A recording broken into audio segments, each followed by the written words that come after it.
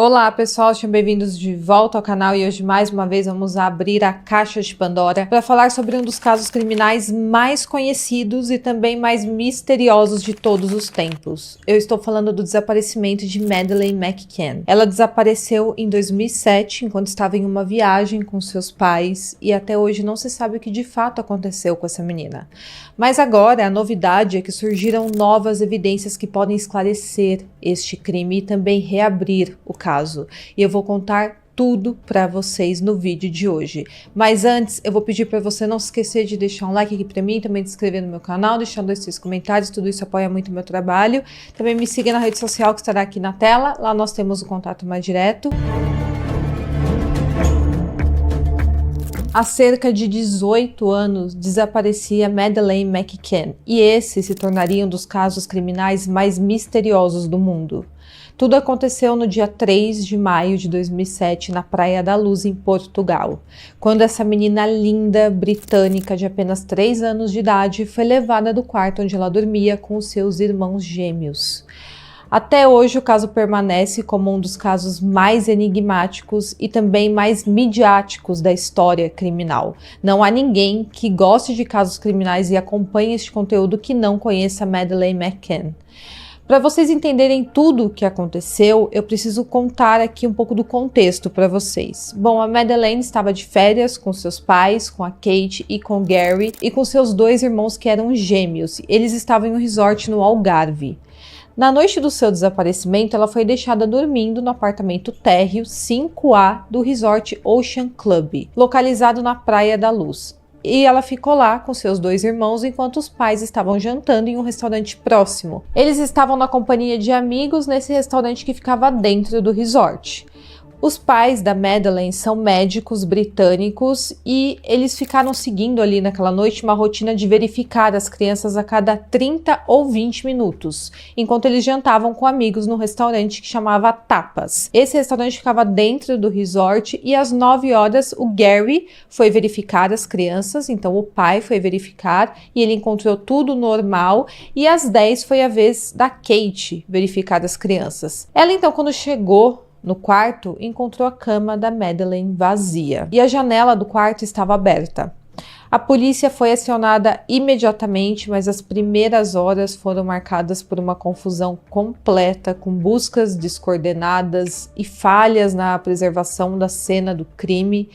E desde então esse caso gerou uma busca internacional. Tiveram inúmeras teorias, uma cobertura midiática sem precedentes, mas nada foi encontrado. O caso da Madeleine é notório não apenas pelo mistério que existe aqui neste caso, mas também pela controvérsia em torno dessa investigação que apresentou tantas falhas. Essa investigação inicialmente foi conduzida pela polícia judiciária portuguesa e enfrentou duras críticas por falhas que eles cometeram, como por exemplo a contaminação do quarto, que era a cena do crime, e também a falta de coordenação entre as pessoas que participaram disso tudo.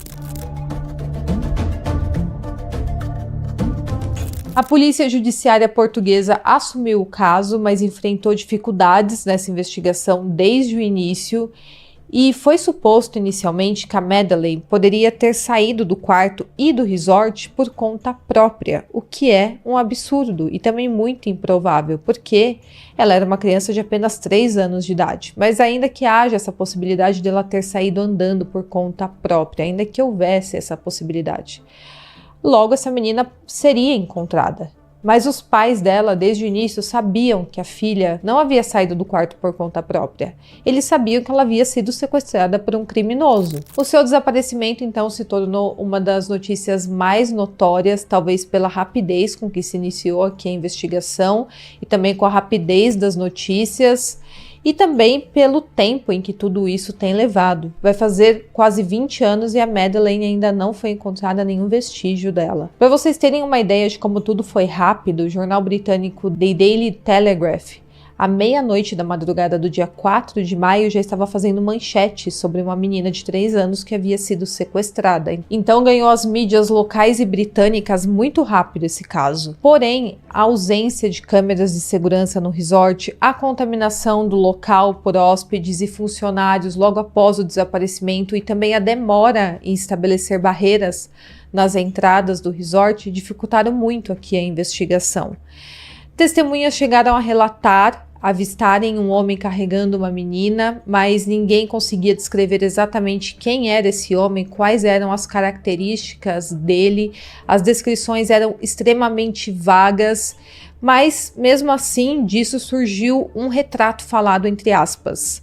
Porque esse retrato falado chegou a ser motivo de piada, porque basicamente era um rosto oval com cabelo e só isso. Esse retrato falado não tinha olhos, não tinha nariz, não tinha boca, não tinha nada. Então esse retrato falado não queria dizer absolutamente nada, não significava nada. Ninguém poderia ser localizado a partir desse retrato falado. Na verdade, aquela poderia ser qualquer pessoa com cabelo curto. Esse caso, de fato, é muito misterioso, mas não só pelo fato da Madeleine ter sumido sem deixar rastros, mas pela forma com que tudo aconteceu. Acontece que os pais da Madeleine estavam naquele restaurante bem próximo ali do quarto. É dito que o restaurante dava vista para o apartamento onde a Madeleine estava dormindo com os gêmeos. Esse restaurante ficava de um lado da piscina e o apartamento ficava do outro lado da piscina em uma distância ali de 50 metros. Naquela noite, os pais da Madeleine poderiam ter usado o serviço da creche que tinha ali no resort, onde as crianças ficariam sob supervisão, mas eles preferiram deixar as crianças dormindo ali no apartamento porque eles iriam ficar até tarde no restaurante, então eles acharam melhor deixar as crianças no quarto. Mas acontece que aquele apartamento tinha uma janela que dava para a rua. Então foi muito fácil de alguém entrar ali e levar a Madeleine. De qualquer forma, a pessoa que entrou no local conseguiu fazer isso de uma forma com que ninguém a visse, e também de uma forma que não acordou as outras duas crianças que estavam no quarto. E muito provavelmente pode não ter acordado a própria Madeleine, porque senão provavelmente ela teria chorado, ou então ela acordou, ficou em choque e ficou quietinha ali no braço do seu sequestrador. Mas o fato é que essa pessoa fez isso sem chamar a atenção de ninguém ao redor. Ninguém viu esse sequestro acontecer. O combinado, conforme eu falei para vocês, entre os pais da Madeleine era dar uma verificada nas crianças a cada 20 ou 30 minutos. E foi nesse meio tempo que o sequestrador acessou o quarto e levou a Madeleine embora. A polícia britânica enviou representantes para apoiar a família ali em Portugal e o serviço de inteligência britânico também colaborou com as autoridades portuguesas. Afinal de contas, a Madeleine era uma cidadã britânica. E começou logo a ser investigado homens com histórico de crimes contra menores que tinha ali na região na época do crime. E foi noticiado que a polícia britânica informou a polícia portuguesa que cerca de 130 ingleses abusadores de menores estiveram no Algarve semanas antes do sequestro da Madeleine. Então tinha bastante homens com interesse em crianças por perto quando a Madeleine desapareceu. Quanto à investigação, no dia 11 de maio, o resort foi liberado após ser periciado e no dia 13 de maio, a polícia admitiu pela primeira vez que não tinham qualquer suspeito em vista. A única via de investigação consistia na examinação de fotografias tiradas por turistas. Então, basicamente, parecia que a polícia estava perdida, sem saber por onde começar essa investigação. E sem ter para onde correr, os policiais começaram a reparar em um homem que ficava sempre ali próximo dos policiais e também da mídia local, dos jornalistas que acampavam ali em frente ao resort. Tinha um homem que estava todos os dias ali enquanto a perícia acontecia. Ele parecia interessado até demais na investigação. E isso começou a levantar algumas suspeitas, porque nós sabemos que tem criminosos que voltam à cena do crime. Bom, esse homem morava perto do resort e com isso ele acabou se tornando um suspeito pelo fato dele estar sempre ali próximo. Inclusive foi uma jornalista que suspeitou dele e deu o nome dele para a polícia. Dia 14 de maio foram iniciadas buscas na casa onde ele morava com a sua mãe e a polícia, junto com equipes da investigação forense, selaram a casa. A piscina foi drenada. Todos que moravam lá, inclusive o Robert Murat, que foi o homem que foi colocado como suspeito, foram interrogados. E o Robert falou que, na verdade, ele estava profundamente preocupado com o caso da Madeleine e que ele havia perdido a guarda da sua filha, também de 3 anos, que era muito parecida com a Madeleine.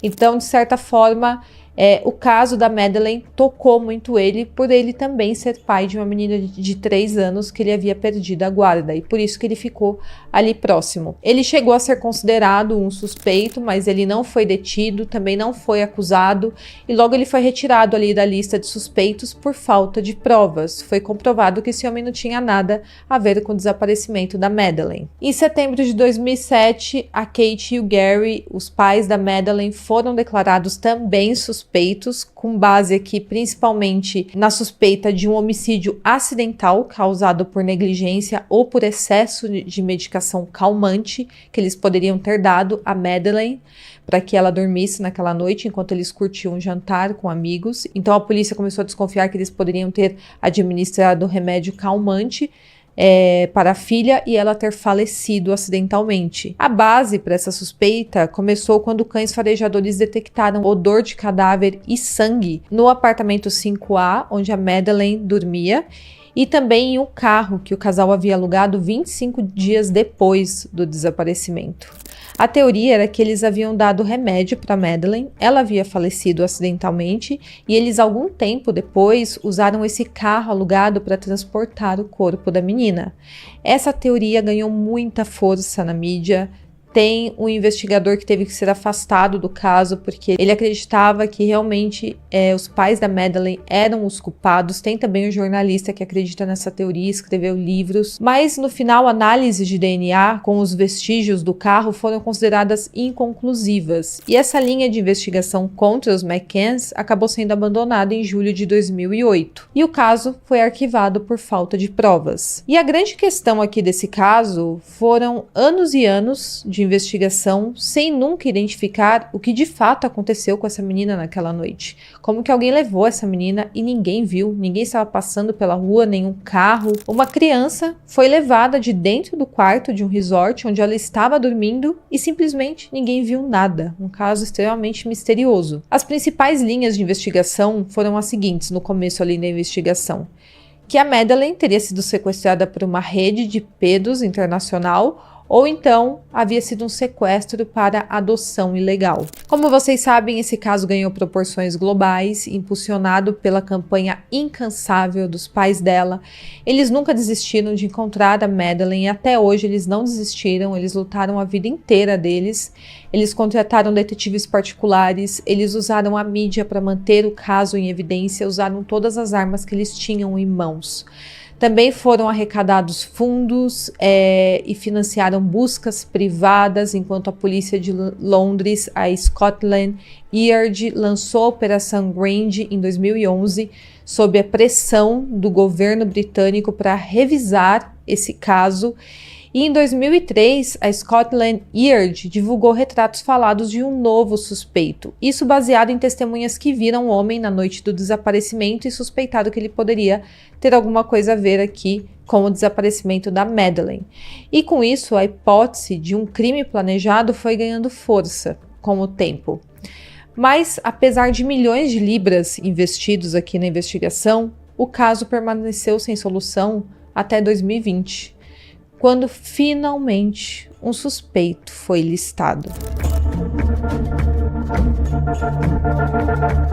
Acontece que em junho de 2020, as autoridades alemãs identificaram Christian Bruckner, um pedo condenado com um longo histórico de crimes, e ele foi considerado o principal suspeito de ter sequestrado a Madeleine McCann. Acontece que o Christian vivia no Algarve entre os anos 1995 e 2007, e ele estava a poucos quilômetros da Praia da Luz na noite do desaparecimento.